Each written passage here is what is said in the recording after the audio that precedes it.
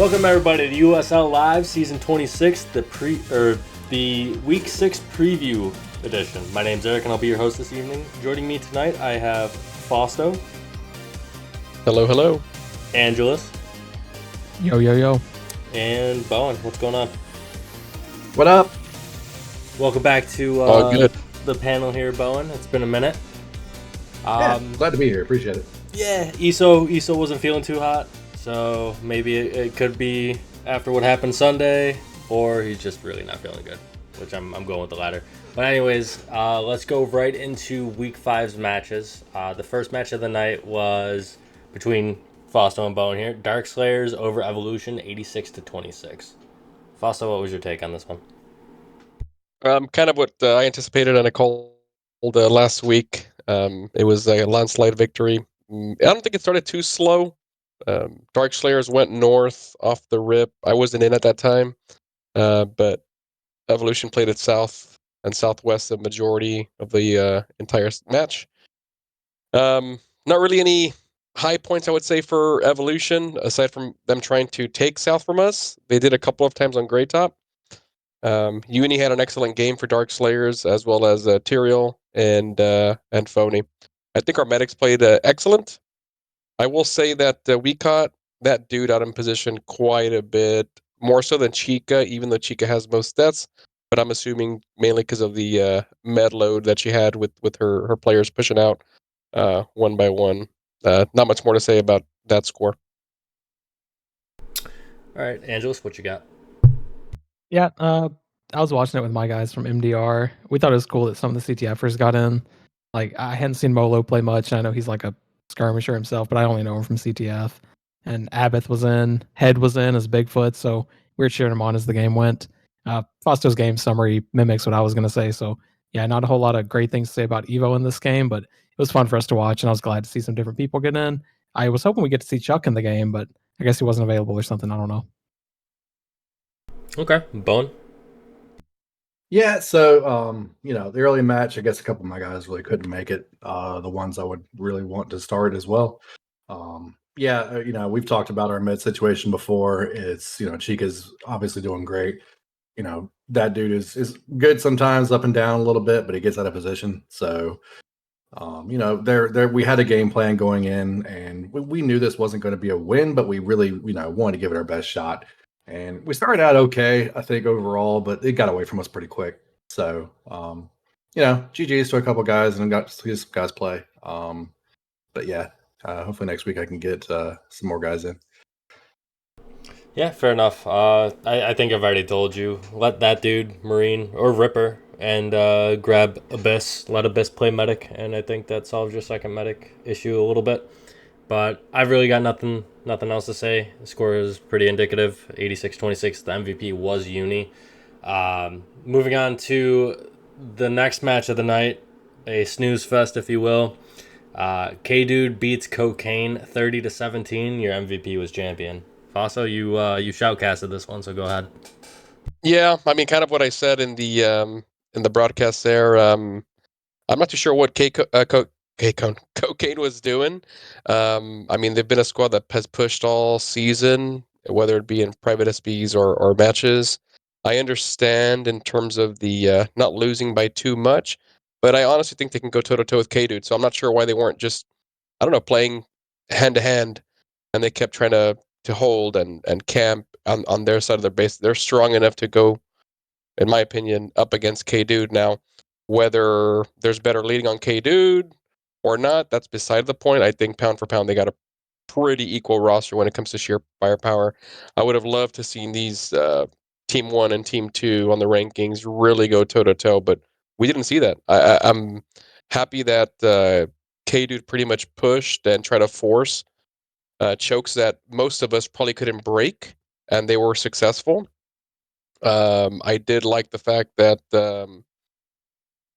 K-Dude was throwing numbers out there. They would send, let's just say, Eric soloing, and then Sav and Eric, and then Colossal would chime in there. And so it was just trying different things in real time to try to get that advantage on Cocaine. And like I said in the broadcast, you'll hear it, is I know it's a snooze fest. I know it's boring to watch and to play in, but K-Dude and Cocaine really use positioning to their advantages. That's what separates them from everybody else. And getting in position in a match takes time. That can take a minute, 2-3 minutes just to get your guys in position to possibly win one battle. Highlights of the match for me: champion, as usual, rank 1. Sov led great. And on cocaine, ESO, showing out like he always does. But that's all I got to say on that match. Yeah, fair enough. Angelus, what you got? Yeah, this one was pretty hard for me and my guys to watch. For the first time, it looked like one of the squads was playing to not lose by a lot instead of playing to win, and it just wasn't enjoyable as a spectator. So I understand the strategy and their seedings and all this stuff, but I agree with a lot of what Fausto said. Like, having played both these guys a lot, I think the best lineup of K-Dude versus the best lineup of Cocaine can make for some interesting close games with a lot of fighting. So I know there's a lot of hate on camping and stuff, but this was probably the most camping game I've seen live, where Cocaine just set up in the caves at the beginning, and like Fausto said, it takes time to get 4 different angles set up with proper numbers to break a cave hold with a nader and a ripper. So I did not enjoy it. We were joking that maybe we shouldn't have played USL after seeing this game because that's just not fun gameplay for us. But I don't like to argue with results either. So Cocaine came out feeling like they won the game, it seemed, based on the trash talk and spec afterwards. But yeah, not enjoyable to watch, but they got done what they needed to get done. Fair enough. Bowen, what you got? Yeah, I mean, I can't say a whole lot more than what was said. I helped commentate this game too, and there wasn't a whole lot to say during the match. We just kept calling out things as we kind of saw them, just the occasional firefight that would pop up or random people just shooting bullets.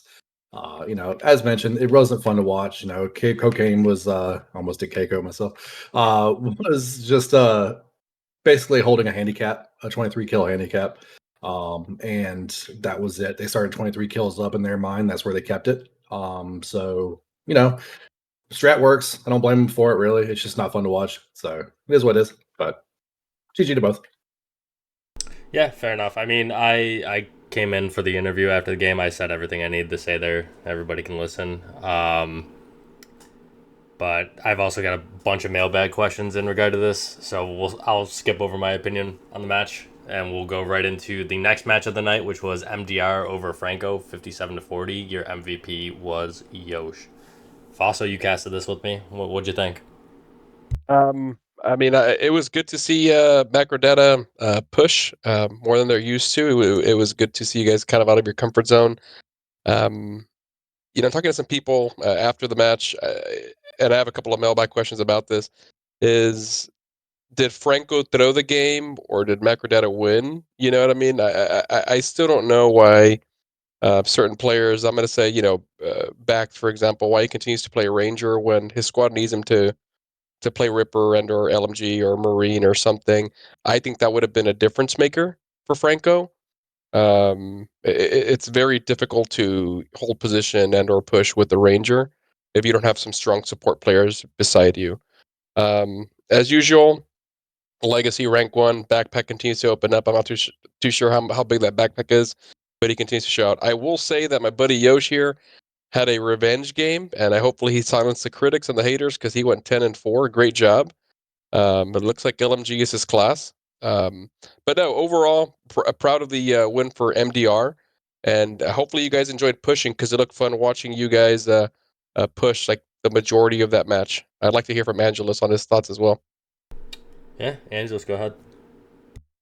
Yeah, starting off, you brought up Yosh. He got obliterated last week on these kind of podcasts because he was 0-4, 0-5 against Darkslayers. I don't know. But it was cool not only have him bounce back, but also we had like last minute attendance issues. We didn't have Albert, we didn't have Chompy, and these are like 2 of our 3 best players, it feels like. And Yosh had a good game, but he was also the main lead. So he was doing all the communication for us, telling us where to go, how to set up. That's why he got MVP and everything. So cool bounce back. It did, and we talked about like, hey, on this new map, maybe we're going to be forced to push, and it did feel that way. So I think for a lot of our team, like that was a really fun game for us to play. One, because we kind of felt like underdogs going in, especially with Albert not there and Chompy not there. But 2, because we didn't have to sit in buildings and wait for something to happen. Like we weren't too scared to come out on the open, whether it was north or south that game. So yeah, we really enjoyed playing that one. At least for me personally, I think I've played most of our games this season. That was my favorite one. But yeah, it was cool. I don't know the whole thing about is Franco throwing or we outplaying him. I have no idea. But it was fun for us, and that's where I'd leave that. Okay, Bowen, what you got? Yeah, I don't think Franco threw this. I do think that they suffered from a bit of a lack of leadership. You could kind of see it a bit during the match. As it kind of goes along, and you can kind of tell like Bax is doing a lot of call outs. Like nothing against Bax in that particular fashion, but he doesn't lead very long. So you got to have better performances out of some of your guys. Pandy going 3-10, playoff Pandy coming back. Evil as a med, just getting absolutely obliterated. Quite a few fights there. It's just there's a lot that could have gone better. And yes, Bax playing Ranger and also playing it kind of the wrong way. He'll say he went 6-4, and did great, and kudos to him on that. But you got to use your MP5 more. That weapon is almost overpowered, and if you're not using it, you're hindering yourself. So Yeah, fair enough. During the podcast, I thought it was Pandy leading, but rumor mill is telling me that it was actually Hop leading. I can't confirm or deny that, but if it was Pandy leading, I could kind of excuse the 3-10 because it sucks leading and trying to kill, right? But in the regard to Franco throwing, I doubt it. I think it was like Bowen just said, just a lack of leadership. If Big Bird was there, I think the game is closer. Um, I think Fausto, you mentioned Bax not playing Ripper. I think Flo was playing Ripper in his stead because I think Flo is another one of those people that really only likes to play LMG or Ripper, and you have your best player in Sabo playing LMG. So, I mean, they had some flashes where they could have taken the game from MDR, but MDR just better positioning. So good job, Yosh, leading, and good job for the bounce back. I'm sure you'll still somehow end up in the bottom 3 on After Dark, though. Sorry, bud. And moving on to the next match, or last match of Week 5, we had K-Dude over Macro Data 97-20. Your MVP was Sov. Fausto, go ahead. Oof. As Yosh would say in the broadcast, oof. Yeah, I was in and out of this match watching it, and I'm not too sure what happened with Macro Data aside from Sov and Eric and company just exposing the fact that Macro Data doesn't really use a lot of solos, and I think that just continued to pound on MDR. I never saw, unfortunately, Angelus and company get any footing at all throughout the match. I think they didn't break 5 kills until like 10, 15 minutes in. I'm not too sure. Somewhere around there. So I'm not too sure what happened, where the collapse was. Players like Angelus, I know you're on the podcast, bud, but did well in the prior match and then went 1-11. That's tough as a leader. Same thing for RR user. They got to get more kills to help their team open up the battles.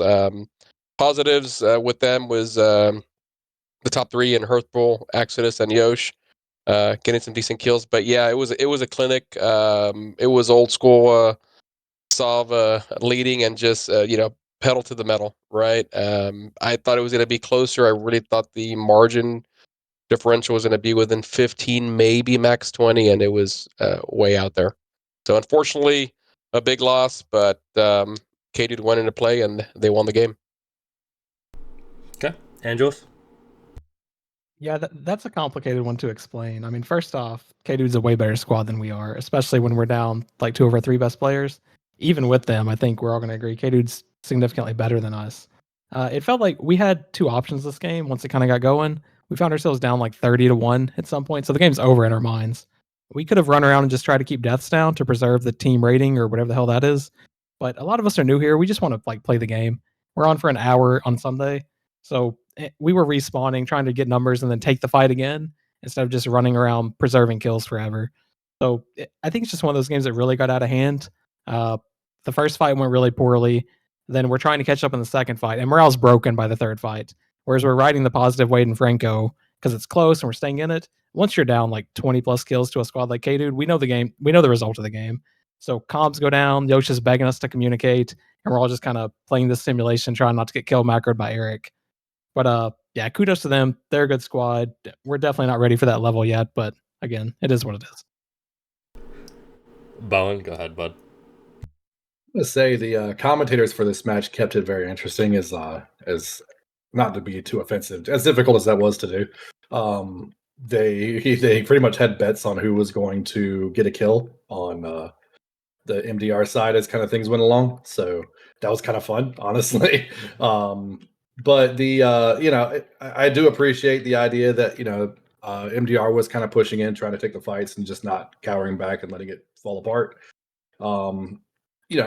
More power to that, more power willing to take a fight. So you can also see they had some guys in that normally wouldn't have in. So I mean, it was it's understandable and I get it. It sucks to see a squad get beat up quite that bad, but we know how it feels. So yeah, I get it. Yeah, I think after the first battle, I think we were literally outside your base for the rest of the game. I think RR and Joe chasing me for 3 chords and after the first battle only delayed your respawn and taking that position south. So I think that could have been something to do better if they, one, killed me or, just died off sooner so that everybody was grouped up for the south. Because I think by the time you had those 2 back, we already took the south from Yosh and just kept you guys in your base the entire game. Yeah, Exodus 5-4 or 5-14. Sorry, Hearth Bowl 4-10. Unfortunately, I died to him. Yosh 4-13. Everybody else, yeah, just kind of had a rough game. Bonds had some good kills in odd man scenarios as well, and I was looking at some of your VOD. He had some good darts, had some good heals, but it seemed like a lot of your guys' focus fire was also off, and I think it was also due to the lack of comms that Yosh was begging for. So that's enough of that one. Moving on to before week 6, let's do a top 3, boys. So, Fausto, who were your top 3 players of the week? One, I'm going to give a shout out to and no in particular order, obviously. Uni for Dark Slayers. I mean, he really opened up the spread for us throughout the entire 30-minute match. He was very, very consistent. I'm going to say second person is going to be Sav. I mean, no surprise there. Top kills in his match and was a nuisance throughout with his AT in his games. And there was no contesting him this past Sunday. So you love to see that. Number 3, I'm going to go ahead and say Sabotage. I'm going to say just Sabotage just because I know he had a couple of slip-ups this past Sunday, but he's never really in the wrong positions, and you can tell that he's helping take some of that leadership load, and he's still able to get kills at the end of the day. So I'm going to say he's a big help, not a detriment to Franco. So those are my top 3. Okay, fair enough. And Angelus, go ahead. Shut up, Pister. Probably Tyrael, seeing him play demo for I think the whole, if not the majority of the game against Evo. He had a few huge plays. I think his ratio was something absurd by the end of the game. Rio, who played the one game with us, then made the wise decision not to play against K-Dude. He was a monster, as I think Fausto or someone else mentioned in the Franco game. And probably last, I'll go with Champion, just because I mentioned before, I knew him 20 years ago when he wasn't some significant player, but seeing him play in skirmish and be one of the top players is really cool. And he had some good games last night, so that's my 3. Okay. Bowen? Yeah, I'll say my first was Champion. 9-1 against Cocaine in the lowest scoring match. He had almost 1/3 of the kills for K-Dude. You can't really beat that too much. And I hate to go 2 guys in the same squad, but Colossal just had a good night entirely. I mean, he went 5-3 in that match. And obviously, did well later. And then third, I'm gonna go actually agree with Fausto on this one, say Sabotage. I mean, he had 21 kills in his match. He did a lot of the heavy lifting. But he's kind of got stuck on his own on that one. And he's carrying a lot of the load, but he's really got to keep the comms up, I guess. And I'm not sure what's going on that side as far as Franco goes. But I think he's been solid week to week, and as Fausto mentioned, his positioning is always crazy good. So yeah, that's my top 3, I think. Yeah, fair enough. My top 3, no particular order. Champion, of course. Everybody had him on the list for going 9-1 against Cocaine there. And then 2 from the same squad for me with Rio and Yosh. They were the reason that Franco went down to MDR, and that's kind of it for me. So let's move on to week 6 matches. There's only 2 scheduled at the moment, so we're waiting for scheduling. So I'm just gonna go kind of down the list of the unscheduled matches before we go to the scheduled matches. So first match I have is K-Dude at Dark Slayers. Fausto, what you got? I think it's going to be an interesting match. I'm excited for this game. Off the rip, I think KD is gonna take it. I think we will make it competitive. I think in our first showing with these guys, we lost by under 30, I think, something like that. So I want to say we've definitely improved since week 1. So it should be a good showing from us. Obviously, K-Dude's overall roster is way stronger than ours, so we rely on who shows up, and that's going to be interesting. It's a little iffy, especially as to what time it's going to be scheduled. Um, I'm gonna obviously have to work the additional angles that K-Dude's going to be throwing our way because they are. I'm not sure if we have a solution for Sav at AT, but we'll see. I'm going to really lean on my support players and my Marines to kind of hold it because we're going to have to be spread pretty thin throughout the map. I think the score differential is going to be probably between 15 to 18 in favor of K-Dude. I think Champion's going to come in like a wrecking ball and just destroy us, as well as Ernie's RPGs. So yeah, that's what I got. An 18 kill differential in favor of K-Dude. All right, Angelus, what you got? Yeah, these guys played week 1 on EC, and I remember watching this game, and Darkslayers went down at some point after a slow opening. I think they were down like 18, but then they got defensive. And I was asking the skirmishers, like, they're down 2 fights. Why aren't they looking for the fight? As they kind of just pivoted around for 6 to 8 minutes. And they're like, oh, because they've already accepted they're going to lose the game, so they're going to try to keep it close. And that's just, again, that's opposite of how we decided to play last night. So I think Fausto or whoever's leading will keep it close. If they go down kind of as expected against that super roster that K-Dude has, I think they'll play the defensive, kind of like Cocaine did, where, hey, we kind of lost this game 10 minutes in. We're just going to try to keep the kill death respectable. So I'd say K-Dude wins it by no more than 20. Okay, Bowen. They won 51-22 in their first matchup. So I'm gonna say it's gonna be somewhat similar to that, although the 2 scores could be higher on both ends just because of the map. I'd be curious to see how Fausto plays this, especially the map is kind of hard to get some positions to just kind of hold and not be seen for a bit on. But that said, Kaga shows up and you have a good lineup show up for Dark Slayers. It could be 20, yeah, a 20 kill game. Cannot talk tonight. But yeah, I mean, Dark Slayers, K-Dude should be the one to take this without much question.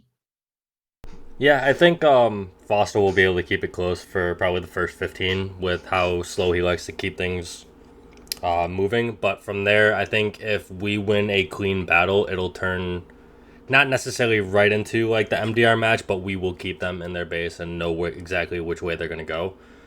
So make it hard for Fausto to go ahead and try and create those angles and run around and play a defensive style, as Angelus was saying. So I give the kill spread to us probably like 20-25. That's, again, after the first 15 minutes of running around trying to find these guys. But that's all I got for that one. You guys have a doubleheader, so it looks like this one isn't scheduled as well yet. So the next match I have is Franco at Dark Slayers. So what you got? Yeah, forget what I said earlier, Bex. Please go Ranger. This match for sure. And just do what you did against MDR. Okay. No, but real talk though.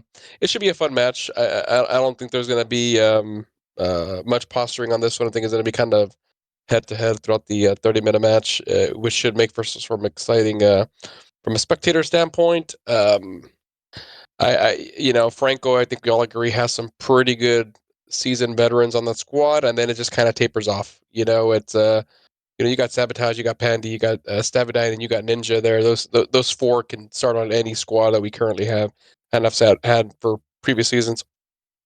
If all of them show up, and Big Bird is there, and they get the 2 more fillers or so, or 3, it can be a pretty competitive match.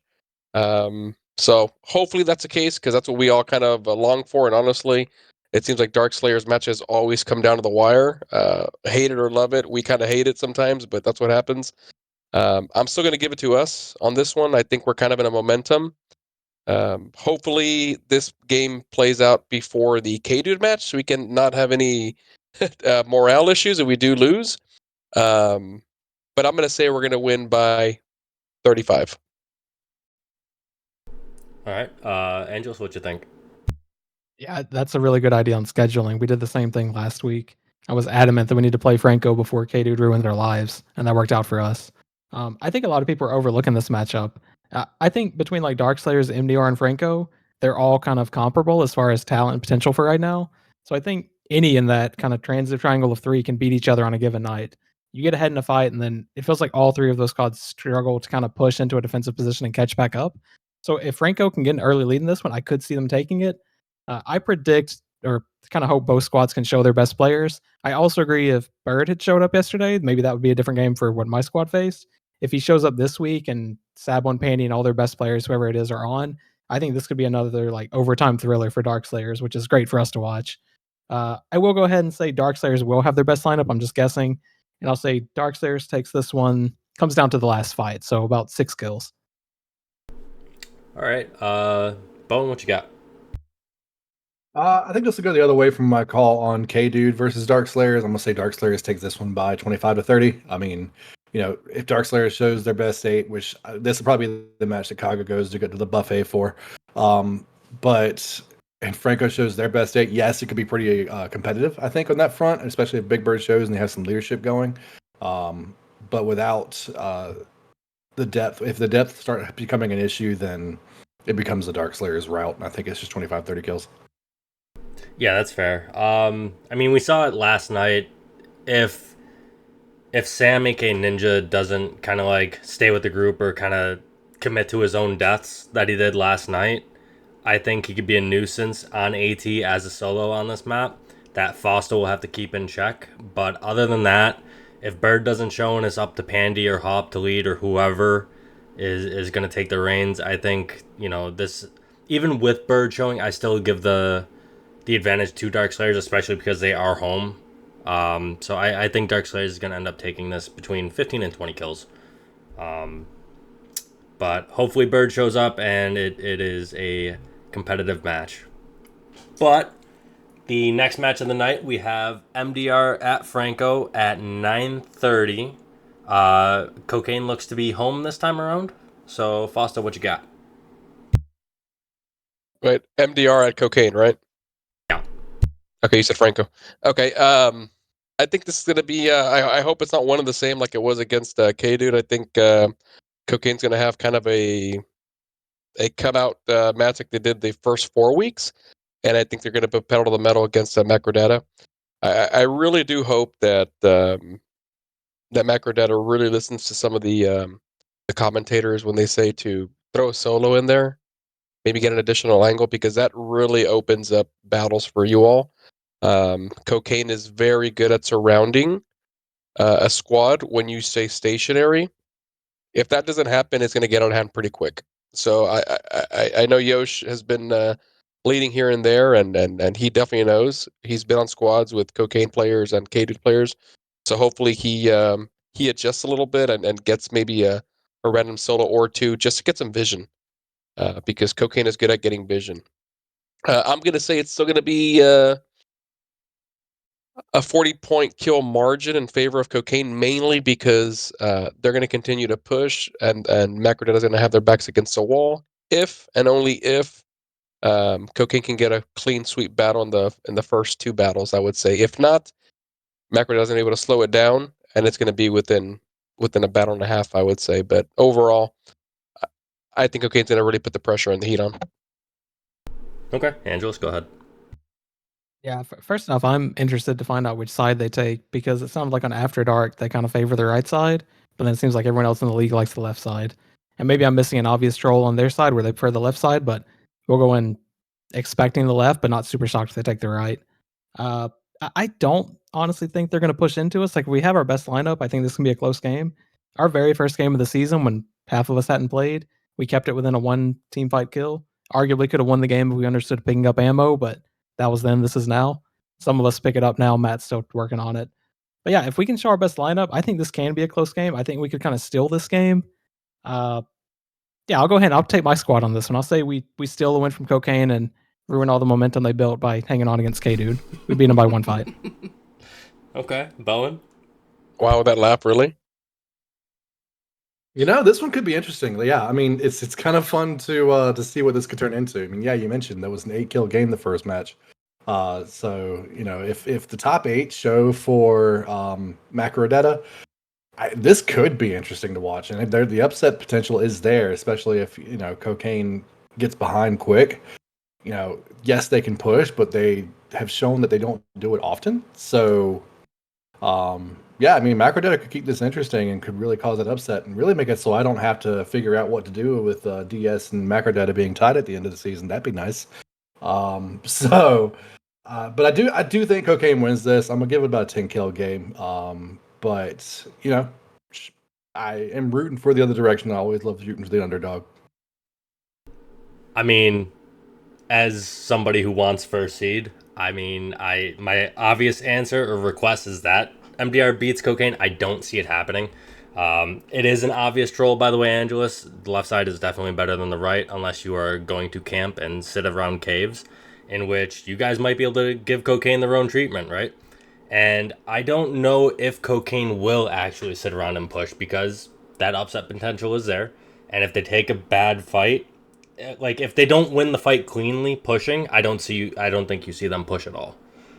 Because they don't want that upset and they don't want to lose the first seed. They made that very clear against K-Dude that they didn't care about trying to beat us.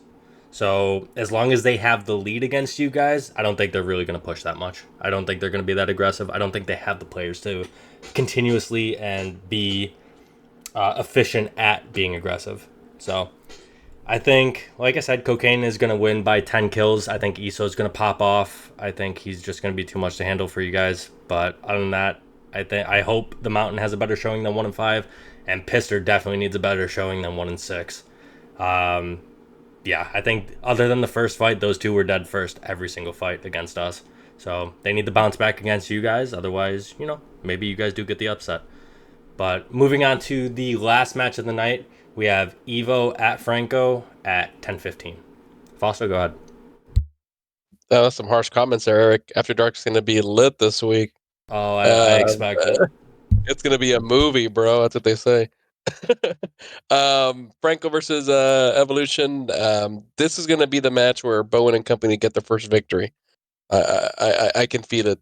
Speaking of slowing things down, I think there's a possibility, but they really got to play very defensive and cross their T's and dot their I's. Unfortunately, it's going to be very difficult because I think Ninja's very good at picking apart a team on his own, especially if he's AT. Hopefully he solos, and he's going to just kind of be, like Eric said, a nuisance the whole 30 minutes. I do see Big Bird having a great game leading this one. I see Sabotage popping off and Pandy just, going the opposite of playoff Pandy. I would like to say it's going to be close, but if Evolution really doesn't slow it down and anticipate different angles and vantage points that Franco will come from, it can get on hand pretty quick. And honestly, I do not want to see 50 kill macros from backs for 30 minutes. So please do your best to be defensive, Bowen and company. I'm going to unfortunately give this victory to Franco Tiradores in a victory of about 40 to 45 kills their way. Okay. What you got, Angelus? Well, it sounded when Fausto started like he was saying that Evo's going to get their first win, but then he talked himself out of it during the prediction and said Franco's going to get it. So that was quite the journey he went on. Yeah, I think this could also be a momentum rider, depending on when Darkslayer's Franco gets scheduled. For example, if Darkslayers ends up playing early against Franco, and just demolishes Franco, which could happen. Who knows? Franco comes in low morale. Evo could take the win. If this comes before the Darkslayers game, I think Franco's comes in stable. They probably take care of this one. I'll say 30 kill win for Franco. Okay, Bowen, what you got? I'm probably not going to call a winner on this one. If we're going to win a match this season, this is going to have to be the one. We do have to have to play. We have to play this better than we have been. I need all my guys to be listening. I need the medics to be in good positions, and if everything falls into place, yeah, we got a team that can hang with teams like this at the very least, right? So we've beaten them at least in a couple one or two SPs. So we know we can do it. We just have to listen and move when we say move. And hopefully my top 8 guys will show up and we can at least make it competitive. So Yeah, I think that's really. I mean, I expect Franco to win. I think everybody kind of expects Franco to win, but all I care is that it's a competitive match. I don't really want to see a blowout, especially because one, that's not fun to play in for you guys, and two, it's not really fun to commentate or watch or view, whatever. So hopefully you guys do get your top 8. I mean, I know Fausto's been preaching to play your top 8 all season. So it would be interesting to see what your top 8 actually looks like. And if everybody listens, I think you guys need to. I don't know if it's you or Mosh or Smackrock primarily leading. I'm assuming it's you, Bowen, with maybe Mosh and Smackrock shot calling. I think you guys. I know Iceman is out in front dying a lot, but not 9. Well, I'll say 7 out of 10 times he has the right call. Just nobody follows him. So try to lean on Ice to kind of help shot call just a little bit. But other than that, I think Franco is going to end up taking this by like 20, 25 kills. Anybody else got anything up on that matchup? Nope, I'm good.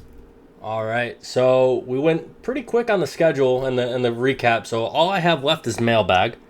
Other than myself, did anybody else get any mailbag questions? Fausto, you got a few? Yeah, I got like 7 or 8. Oh, Jesus Christ.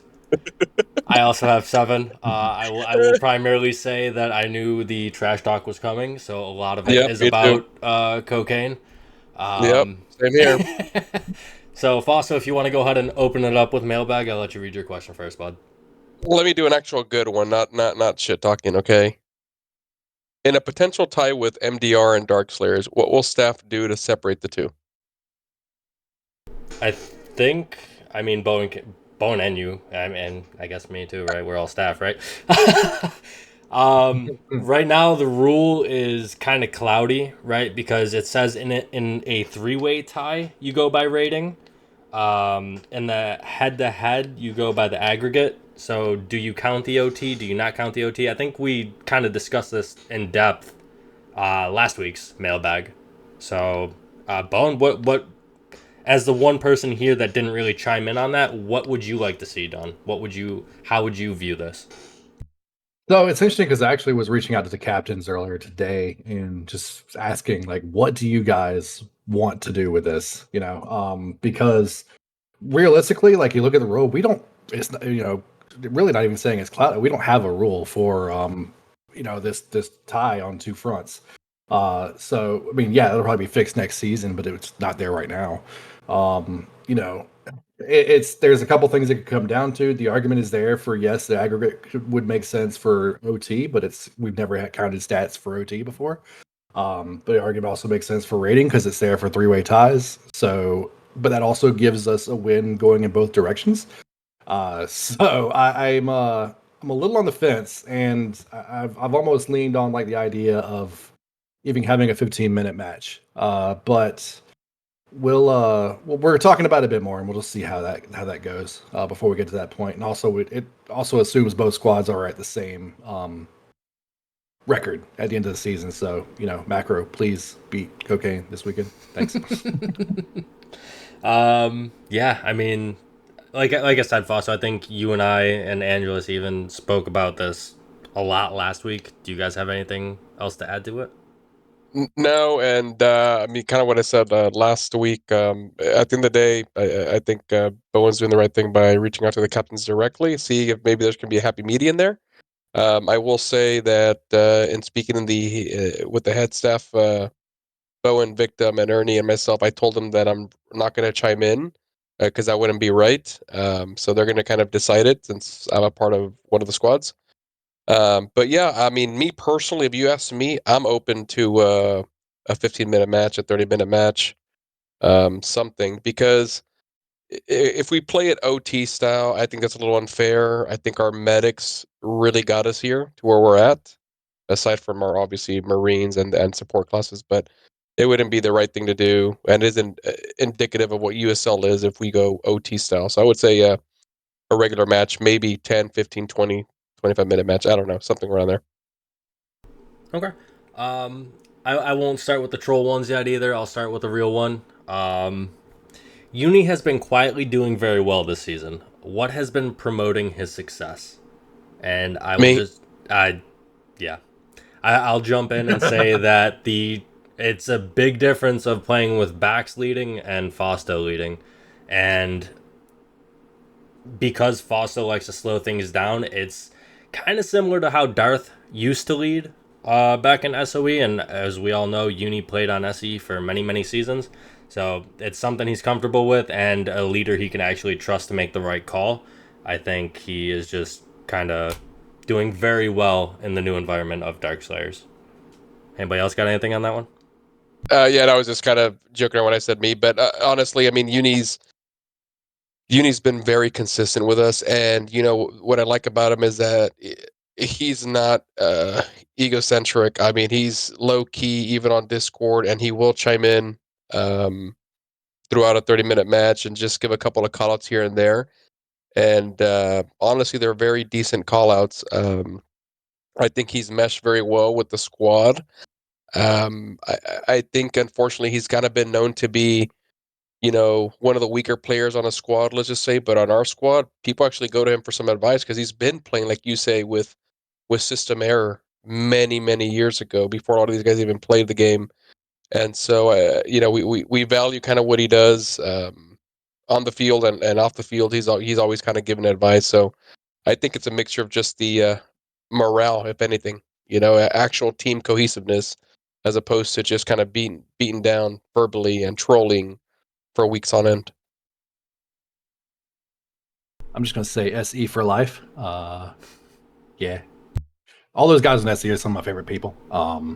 And you know, seeing any of them thrive is always a joy for me.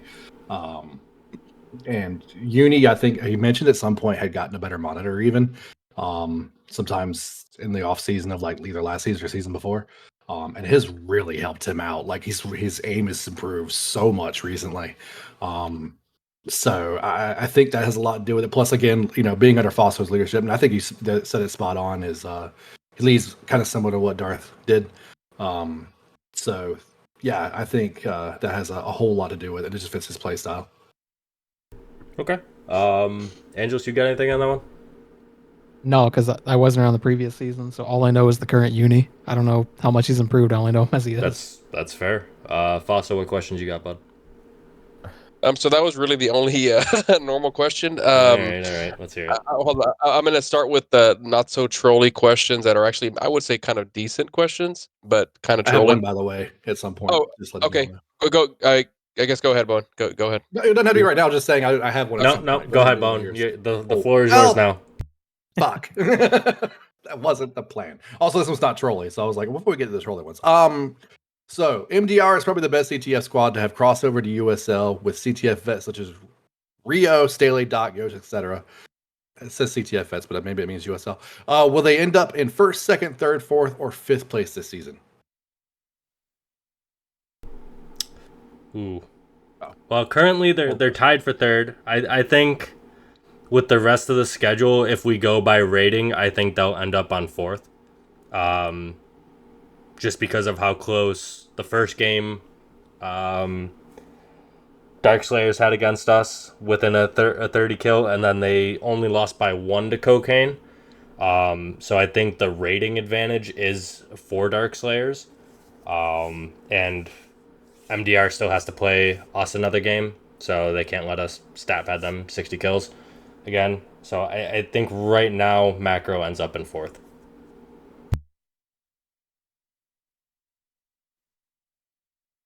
I'll leave my opinion out of it on this one. I mean, again, it's just like this difference of how we're enjoying the game.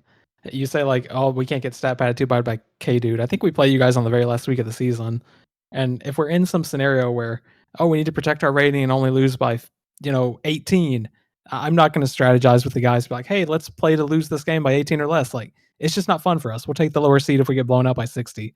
So yeah, if it's a rating thing, we're probably going to finish fourth if all the games go as expected. But again, this question's coming up the second week in a row. There's still so many games ahead. Like, we could upset Cocaine, that could happen. Franco could upset Darkslayers, that could happen. There's like a lot of assumptions going on that we're going to end up tied with still plenty of competitive games, I think, ahead. Fair enough. Bowen, you got anything to add to that?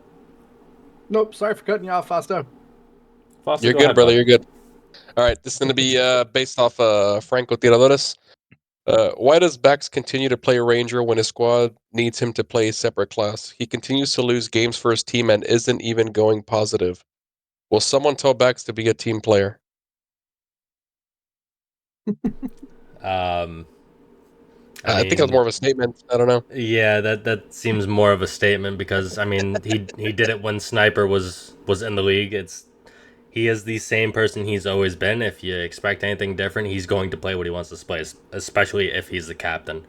It is what it is. Yeah, I definitely look at that as a statement. And that question may played or may a lot not of come Ranger from this his. season. What's that? Has he played a lot of Ranger this season? I know he played No. Ripper and LMG like at least once. Yeah. Okay. I think he's swapped off to it a few times, like early in the season, and then just gave it up completely to LMG and to Ripper. So I think last night was the first time he actually played it the full time.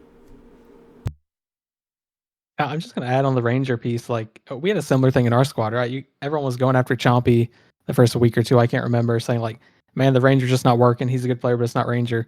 None of us on the squad pushed Chompy to change. Like, it's just, he finally agreed, like, theoretically, as these games play out, I can't find the value in Ranger the way we're playing, so I'm going to switch off to Marine or something else. So it's really up to Bax. Like, if Ranger's not working for him, he needs to make that decision. We're all almost 40-year-old or older than 40 years old. Like, you don't want to go tell someone, hey, go do this.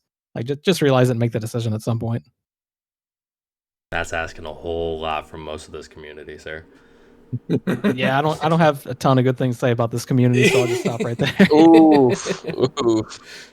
Finally, mental health. Angelus takes a mask off. Finally. All right. So let's see. I'm gonna get one of the trolley ones out of the way here. Here we go. Yeah. I'm curious how it is that Pister played with Sov for countless seasons, and the only thing he knows how to do is pitch a tent and break the camp timer. Is Pister a bad leader, or is Pister acknowledging that despite being the most active squad in the league, he has mediocre fighters, which does check out as every game Cocaine has pushed, the margin of victory is very low? Anybody?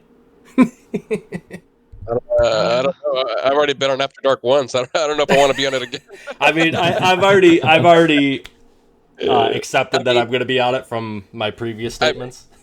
I mean, I don't know. I mean, it's just interesting and how Cocaine plays during the week versus on Sundays. I don't understand the switch up because during the week from when they play us anyways, maybe because we're lower tier. I don't know, but they push a lot, right? And yes, they are very active. So when I see them on Sundays, kind of, playing passive and pensive is a word I want to use. It surprises me, and I'm not too sure why. I don't know if it's like you mentioned, Eric, that it's just they're playing the long game and they just want to get the first seed. But I mean, if that gets them moving and that gets their jets running on all cylinders, I mean, by all means, go ahead. But I think they're good enough to play head to head against every squad here. So I'm not too sure why the switch up personally. Yeah, I will say that I think they're trying to make a comparison in stylistic or styles, right? I don't think Pister's style, even though he played with Sov for a very long time, I don't think his leadership style replicate Sov's whatsoever. He doesn't really go for angles. He keeps his teams close. If anything, Pister's leading style reminds me of Apollo's back on APOC, or even, yes, again, Darth Execute back on SE. I think he keeps the teams close. I think he likes to sit around and camp and then move around and run away. So, yeah, I don't know. Yeah, I'll just add, I think a lot of it is what I talked about earlier, that the results-oriented mindset of we don't need to win this game, we just need to hold on by this much. And I mean, all their games, you don't need to win by some tremendous amount if you have the 1 seed. Like, just win out the rest of the season, they're good to go for that seed. Um, but also, like, I think Kev plays Grenader a lot, and he seems really effective on Grenader. And it's harder to push with a Grenader than have someone sub in as a Marine. Like, we found that out after the first couple weeks. And same thing when you have a Ripper in. So I think it's a combination of, like, they don't care about chasing all these high volatility fights. It's just like they're going to play safer. They're going to get a lead and hold a lead. And a lot of people seem to have forgotten how close they were to losing to Darkslayers, or at least going to overtime. That was like 1 or 2 bullets away from forcing OT as they run around up north. So yeah, I don't think it's controversial for people to come on here or any podcast and say that K-Dude has like probably the best fighting lineup in the game. Like, we click through these guys' profiles on the USL site, which I guess Chris made, and it's like looking at the fucking Hall of Fame in some sport. Like, yeah, these are the best fighters in the game. It shows on their KDAs and everything. I don't think Cocaine matches up with them in that regard, but if they can just play their slow style and get a lead and they get the results they're looking for, kudos to them. It's just not how, as a newcomer, I want to come in and play. Like, I feel like they're capping themselves at some point, and I wouldn't want to do that with my guys. Those are some good comments. I will kind of add to Eric's point. I don't think that the lead styles are anywhere similar between Sov and Pister at all. I think, I mean, for me personally, as a leader that has faced both of these, these squads and different variations of players, but the same consistent leaders, with Sov and company, it's how to outflank or how to outmaneuver the opposition, and with Pister and company, it's how to surprise the enemy, which are two different play styles, right? I think when they first played each other, K-Dude versus Cocaine, I think a lot of it was very repetitive. It was Jersey Boy style, ambushes and interesting plays. Obviously, it worked. They're 6-0, so I'm not gonna talk bad about them in that regard. But you can't compare the two play styles. SV and company, or Sov and company, is more straight up and solos and moving, shifting, or the puzzle pieces around to get an advantageous position against the opposition. Yeah. Bowen, you got anything on that one? No, no, Dad. You guys pretty much said it all. Okay. Fausto, or Bowen, I'm sorry, do you have any other questions, or did you just have the one? Is that the one? Okay. Fausto, go ahead with one of yours, bud. Does Pister regret playing Mecha over Danny and/or Leak? Does Mecha really move the needle for this squad, or is he a bigger distraction internally than he is a benefit? Jeez, you got all some cocaine ones too, huh? Oh yeah. Oh yeah. Oh yeah. I kind of have a similar question, not necessarily in regards to Mecha, but it is a Leak and Danny question. So I think. I guess we can answer the Mecha piece, and then you can ask your Danny Leak one. Yeah, we could do that. I think Mecha does add a shot caller, but I don't think I don't think him playing Ripper is effective against us. I mean, again, I think it adds a voice, and I think some of the criticism I've heard about Cocaine is Pister does a majority of the talking. There wasn't really any comms, at least on Sundays, from like SV or the other group that Pister wasn't a part of. I guess everybody's kind of quiet. So adding Mecha and ESO brings that vocality to the other teams that Pister's not a part of. So I don't know. Maybe Leak and Danny just weren't talking or making the right calls. So I don't know. Angelus, Bone, you got anything? I mean, I know Danny was struggling a little bit to start the season off a bit, right? Like, he was kind of having trouble finding his stride.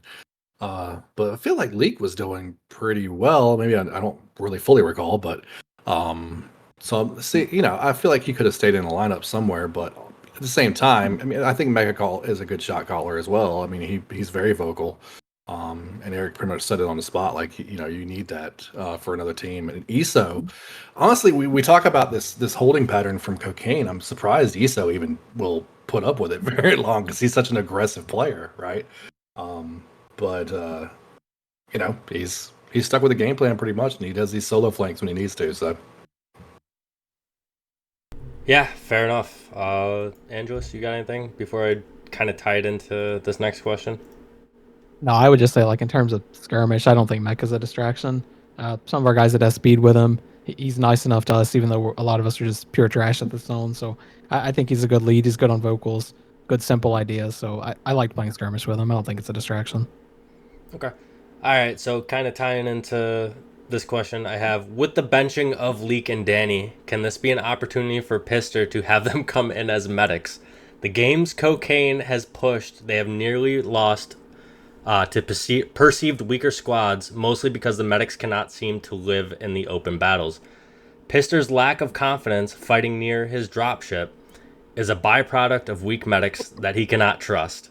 With the loss of Havoc, it looks like CC cannot replicate what he brought last season, and Victim still has difficulty finding his heal button at times when he holds the forward key. that's a troll question. I'm sorry. Like, I don't know what the fuck that person. Like watching CC this last week, he was a fucking monster. We called it on comms. He looked great. And Victim is one of the best medics in the league. Like he's up there with people like Iron and Bonds. Like I no. So I don't know. I think. Yeah. God. I was just gonna say. I mean, that's a loaded. I mean, what, like a 4-part question? I mean, I'm not gonna answer all of it. I think CC and Victor have been playing well. Now I do think that, I mean, Havoc's up there with them. Any given day, he's one of the top medics. He's helped out Dark Slayers a lot. I'm glad he left and came to us. That's all I'm going to say on that end. I would like to see Leek and Danny play together, whether it's on Cocaine or another squad, because people forget that they're buddies in real life and on this game, and they have a lot of chemistry together. So regardless if love them or hate them, which I love them, they bring value, and they both talk. Leek is correcting us here on spec chat that they're both vocal. Now, I'm not too sure how Pister runs his squad in terms of who he plays on any given Sunday, because, I mean, at the end of the day, they're all very active. I think it's the #1 active squad on a nightly basis. It's unfortunate that players like Leek and Denny get sat, but no, I think Mecha does bring value to any squad he's on. I don't think he's a distraction personally. Yeah, as DP said, Leek and Danny are cousins, I believe. They also have another cousin who would love to play with you. I think his name is Ehav. I think you might have heard of him, Fausto. I think he would love to play with you. Yeah, I'm sure. What other questions you got, Fausto? Let me see here. Let me see some more Cocaine ones. How did everybody lead this Sunday on Mountain's map when everything is named dog shit and it plays like dog shit? Yeah, I got pretty trolly right away, huh? Could you repeat the question? I lost myself at dog shit. Yeah, of course. By all means, how did everyone lead this Sunday on Mountain's map when everything is named dog shit and it plays like dog shit? You know, it's a slippery slope. You know, going through all that dog shit. Yeah, no, I don't know. I think we SP'd 3 times this week, and it was all against Cocaine. So it was just kind of just pushing through the shit. Shit rolls downhill, huh? We never really like identified the landmarks on the map either. It was always just like, I have got 17 people up north, and there's 3 people in the fucking farm down here. So we couldn't really figure it out. It's all directional for us, but the map is so small, it's actually fine as far as calling, because if you say north, there's not a lot of space it's going to be. You know where it is. Same thing south, and obviously caves, but yeah, it wasn't too bad. Looked bad against K-Dude, but wasn't as bad as it looked. Okay. Bowen, you got anything about navigating through dog shit? I got nothing. No. Fausto? No, we're good. No. I named the map on my own. I did too, which I think the actual labels are pinned in the newbie channel. I think MP did. Yeah. But other than that, I've got one more trolley one, and then I'm good for the night. So let's see. People will see the bottom two players in Pister and the Mountain play poorly in their recent match. The real issue is Pister's love for Kevin trolling as Nader. Kevin's mortar aim has been a disaster on open maps. The squad is basically playing down a battle once he uses both up. Cocaine ends up being one-dimensional since they have to cover for him and end up hiding. Will someone on Cocaine tell Pister that he isn't married to Kevin and it's time to bench him? Or will Pister finally propose to Kevin once and for all? I think the question is, should Kevin change to another class or have someone like Leek or Danny come in for him on the open maps? I mean, I know it's a trolley question, and Kevin's great. Nader, he's has some great mortars, but I mean, I don't disagree with the mortar aim lately. He hasn't been as effective. I think he's a solid Marine. He's obviously a shot caller, so I would probably switch him. And if he doesn't want to switch, well, maybe put in somebody like Leek or Danny to come in, or both. I'm not too sure, but I know the question wanted to stir up some drama, but I mean, there's some validity to it. Um, it's very hard when you have 14, 15 active players on a squad, and they all want to get some playtime and they all deserve it. But I would analyze maybe the class choices here and there, depending on who you're playing and what map you're playing on. Yeah, I would say in an open map, I switch Leek in for... As long as Leek isn't lagging, I put Leek in for Kevin, and unless Kevin can actually agree to play Marine or AT or something other than Nader. For example, like KR. I doubt KR is going to be up in the playoffs, but just as an example, right? But that's all I got on that one. Angelus, you got anything? Yeah, I touched on it before. Like when you're running things like a Ripper and a Nader, it's just harder to push. And we found that out with Exodus on Ripper. He's an outstanding Ripper. I think Kev's an outstanding Nader. But they end up in this defensive style where, yeah, the Nader can play. Once they need to get out in the open and fight, it's true for anyone. Like once you use your mortars, that's not like a threat. If you're fighting in the open, they don't have the range for it. So I'm being convinced as the season went on, like more Marines is better, just in general. But as far as the whole interrelational stuff, I don't know. They can do whatever the hell they want to do.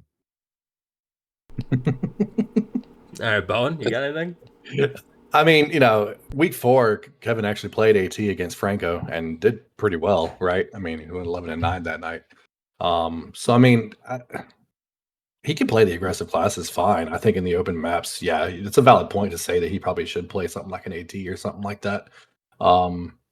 But honestly, I think if you're going to switch his class, I do think League, as long as you mentioned, as long as he's not lagging, is probably a better option. Nothing against Kevin; he's a great Marine, but League, he's a monster when he wants to be. So,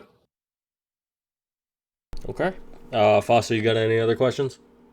It's kind of similar to that question, but it's just who's to blame for Cocaine's loss, Pister or SV? Ooh. I gotta say Pister. Pister's the leader, right? He put them in those positions, and he had most deaths. I think it falls on him. And it was his choice for the class choices too, right? Yeah. So yeah, no, yeah, it definitely falls on Pister, not SV. SV going 1-5 doesn't help, but it will always fall on the leader. At the end of the day. Yeah, without confirming with them, I think they collectively reached the decision to play with that handicap, so they weren't playing to win. Like that's what everyone in spec thought. So it's whoever kind of authorized that. If it's Pister, again, it's not the way I would play the game, but they did probably get the 1 seed unless we can upset them or something. We'll see. But yeah, whichever. Yeah. I think this is the last question I have relating to K-Dude and Cocaine. It's not really that much of a trolley one, though. With arguably the main event of the entire season, K-Dude versus Cocaine 2, being a completely boring game that could not have been fun to play or watch, what would you change to prevent this type of game in the future? I think Ooh, that's a good question. I'm guessing one of the guys from my group sent that because we were watching it and Yep. talking about like this is awful for the game. Like we were hoping to get all this entertainment and cool fights and stuff, and we got the opposite. Spec info is not the answer, but I think drastically reducing the camp timer, or instead of doing like a camp warning, just give out the coordinates after 90 seconds on an arena message, something to that effect. Like just expose it, take the time away where we're hiding behind rocks. It just seems like really bad gameplay. As much as I hate playing against it, I will say camping is a leadership style. I don't like playing in games where it's camping, but that is an effective way to try and win.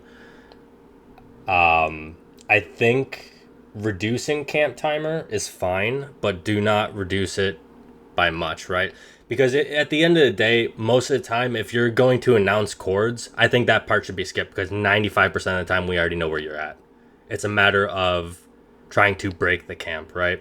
Whether it's a nader with a mortar or wild flanks to get the angles.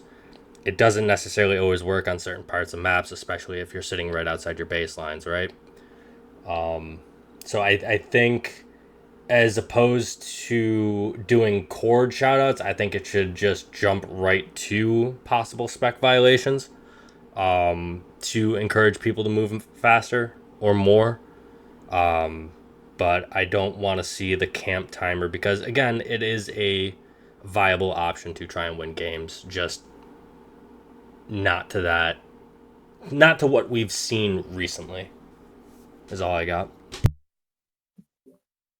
yeah, I mean, I'll chime in a little bit. I think we have a pretty competitive, season. I mean, aside from evolution, no hate, Bowen. But I think for the most part, I understand it. Like Eric, you mentioned, but it isn't fun to watch or spectate, commentate, or even play. And for that matter. Yesterday when I was commentating the match, I forget that people have the mindset of, hey, you know what? There's a 23 kill differential, and if we lose this and they beat us by 24 kills, well, then they get the number one seed. Yada yada. I forget about that. So in my head, I kept thinking, well, why didn't Sav and Kadu just fall back and let Cocaine come to them? But in actuality, they wouldn't have pushed them at all. For 30 minutes, and that's unfortunate to say because Kadu did the right thing. They won the first battle, and every other squad aside from Cocaine would have pushed Kadu there because they needed those kills, and that was unfortunately not the way it played out. Right now, normally I'm okay for camp timers being lessened, like Angela said, but in this case, there was a different motive for Cocaine. It wasn't to win the match; it was to just not lose by a specific number of deaths. Right. I think it's very difficult for the league to try to intervene on that and try to create something to hinder that thought process. Um, I mean, the easiest answer I would say is I wish everybody just played straight up, head to head, or even if it's stalemate, someone has to drop. But everybody plays differently. Everybody has different intentions and motives. And for right now, Cocaine's is to be undefeated and to have the number one seed. You know. Oh, Yeah, the go ahead. leak actually posted something I think is a decent idea too. Like reevaluate the tiebreaker stuff. Like don't incentivize counting on the bank you built up from game one to contribute to game two. Like revisit that, make tiebreakers something else. It could be anything else, where you're just incentivized to win the game. Then like there's no motive to play that way and pretend you have this handicap. So something in that direction just seems like it'd be a lot better for a competitive league like this.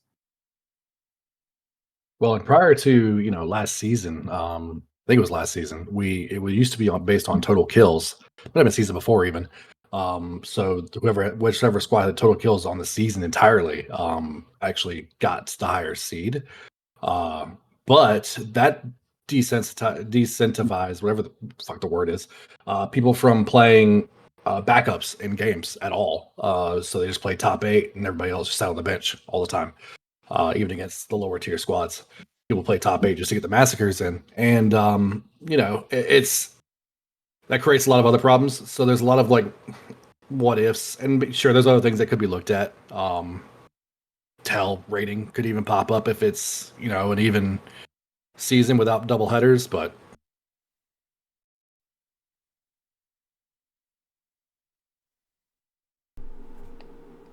Yeah, and Leaks kind of said the thing, kind of what it was. Even it was still the total kills was what it was, and it still created issues where the backup players weren't getting played.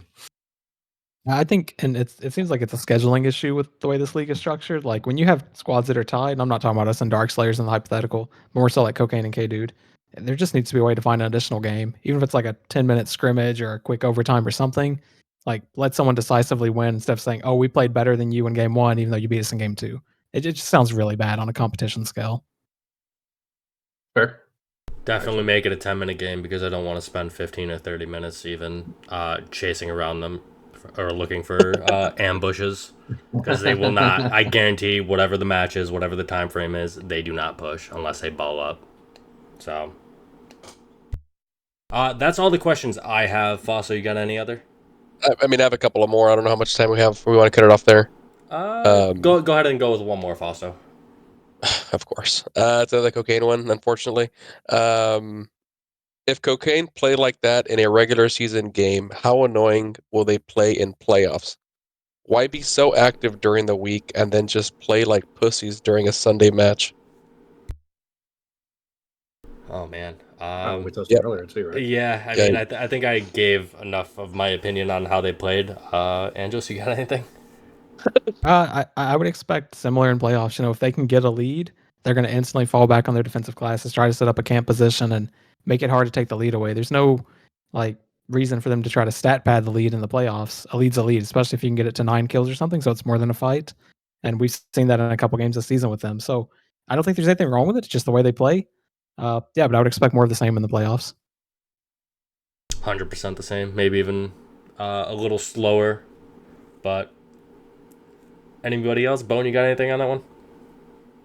No, I did get one more mailbag, but it wasn't related to cocaine, so I could easily throw that in, but it'd be a quick one.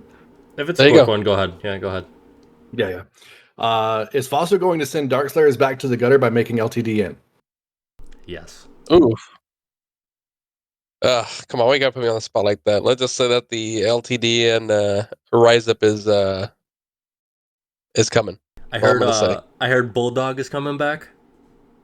Yeah, Bulldog's coming back. Combo's coming back. Is You heard it here your buddy first. Solom coming back too? Dude, he found Jesus. I'm not too sure what's up with that guy. Leak is gonna come back too. Leak was on it. Yeah, there you go. Yeah, there you go. I Cool. mean, yeah. All right.